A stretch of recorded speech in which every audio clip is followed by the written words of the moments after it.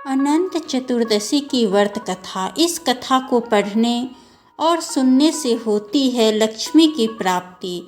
अनंत चतुर्दशी का व्रत भाद्रपद माह के शुक्ल पक्ष की चतुर्दशी तिथि को रखा जाता है। मान्यता है कि अनंत चतुर्दशी का व्रत रखकर विधि विधान से भगवान श्री हरि की पूजा करने से 14 वर्षों तक अनंत फल की प्राप्ति होती है।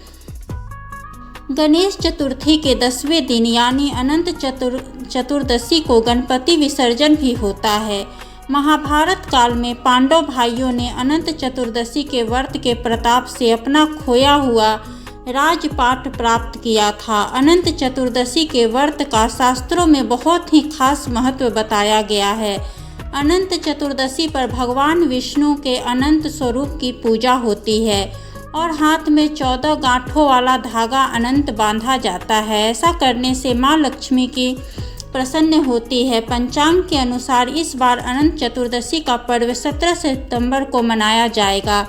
धार्मिक मान्यता के अनुसार इस दिन भगवान विष्णु और माँ लक्ष्मी की पूजा अर्चना करने से साधक के प्रभु सभी मनोकामनाएं पूरी करते हैं और सुख समृद्धि में वृद्धि होती है। अनंत चतुर्दशी की पूजा में कथा का पाठ करने का बहुत ही महत्व माना गया है। आइए सुनते हैं अनंत चतुर्दशी की व्रत कथा। एक बार महाराज युधिष्ठिर ने राजसूय यज्ञ किया और यज्ञ मंडप का निर्माण बहुत ही सुंदर व अद्भुत रूप से किया गया। उस मंडप में जल की जगह स्थल तो स्थल की जगह जल की भ्रांति होती थी। उससे दुर्योधन एक स्थल को देखकर जल कुंड में जा गिरे। द्रौपदी ने यह देखकर उनका उपहास किया और कहा कि अंधे की संतान भी अंधी होती है। इस कटु वचन से दुर्योधन बहुत आहत हुए और इस अपमान का बदला लेने के लिए उन्होंने युधिष्ठिर को धूर तथा जुआ खेलने के लिए बुलाया और छल से जीतकर पांडवों को 12 वर्ष का वनवास दे दिया। वन में रहते उन्हें अनेकों कष्टों का सामना करना पड़ा। एक दिन वन में भगवान कृष्ण युधिष्ठिर से मिलने आए। युधिष्ठिर ने उन्हें सब हाल बताया और इस विपदा से निकलने का मार्ग भी पूछा। इस पर भगवान कृष्ण ने उन्हें अनंत चतुर्दशी का व्रत करने को कहा और कहा कि इसे करने से खोया हुआ राज्य भी मिल जाएगा। इसके बाद श्री कृष्ण जी ने उन्हें एक कथा सुनाते हैं। अनंत चतुर्दशी की व्रत कथा।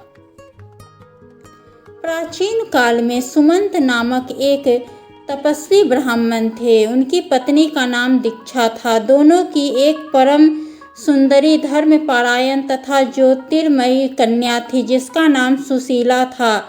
सुशीला बड़ी हुई तो उनकी माता दीक्षा की मृत्यु हो गई। पत्नी की मृत्यु के उपरांत सुमंत ने कर्कशा नामक स्त्री से दूसरा विवाह कर लिया और सुशीला का विवाह ब्राह्मण सुमंत ने कौंडिन्य ऋषि के साथ कर दिया। विदाई के समय कर्कशा ने दामाद को कुछ ईंटें और पत्थरों के टुकड़े बांध कर दे दिए। कौंडिन्य ऋषि अपनी पत्नी को लेकर अपने आश्रम की ओर निकल पड़े। रास्ते में ही शाम ढलने लग गई और ऋषि नदी के किनारे संध्या वंदन करने लगे। इसी दौरान सुशीला ने देखा कि बहुत सारी महिलाएं किसी देवता की पूजा कर रही थी। सुशीला ने महिलाओं से पूछा कि वे किसकी प्रार्थना कर रही हैं। इस पर उन लोगों ने उन्हें भगवान अनंत की पूजा करने और इस दिन उनका व्रत रखने के महत्व के बारे में बतलाया। व्रत के महत्व के बारे में सुनने के बाद सुशीला ने वहीं उस व्रत का अनुष्ठान किया और 14 गांठों वाला डोरा हाथ में बांधकर ऋषि कौंडिन्य के पास आ गई। कौंडिन्य ने सुशीला के डोरे के बारे में पूछा तो उन्होंने सारी बात बता दी। कौंडिन्य ने यह सब कुछ मानने से मना कर दिया और पवित्र धागे को निकालकर अग्नि में डाल दिया। इसके बाद उसकी सारी संपत्ति नष्ट हो गई और वह दुखी रहने लगे। इस दरिद्रता का उन्होंने अपनी पत्नी से कारण पूछा तो सुशीला ने अनंत भगवान का डोरा जलाने की बात कही। पश्चाताप करते हुए ऋषि कौंडिन्य अनंत डोरे की प्राप्ति के लिए वन में चले गए। वन में कई दिनों तक भटकते भटकते निराश होकर एक दिन भूमि पर गिर पड़े। तब अनंत भगवान प्रकट होकर बोले, हे कौंडिन्य, तुमने मेरा तिरस्कार किया था, उसी से तुम्हें इतना कष्ट भोगना पड़ा।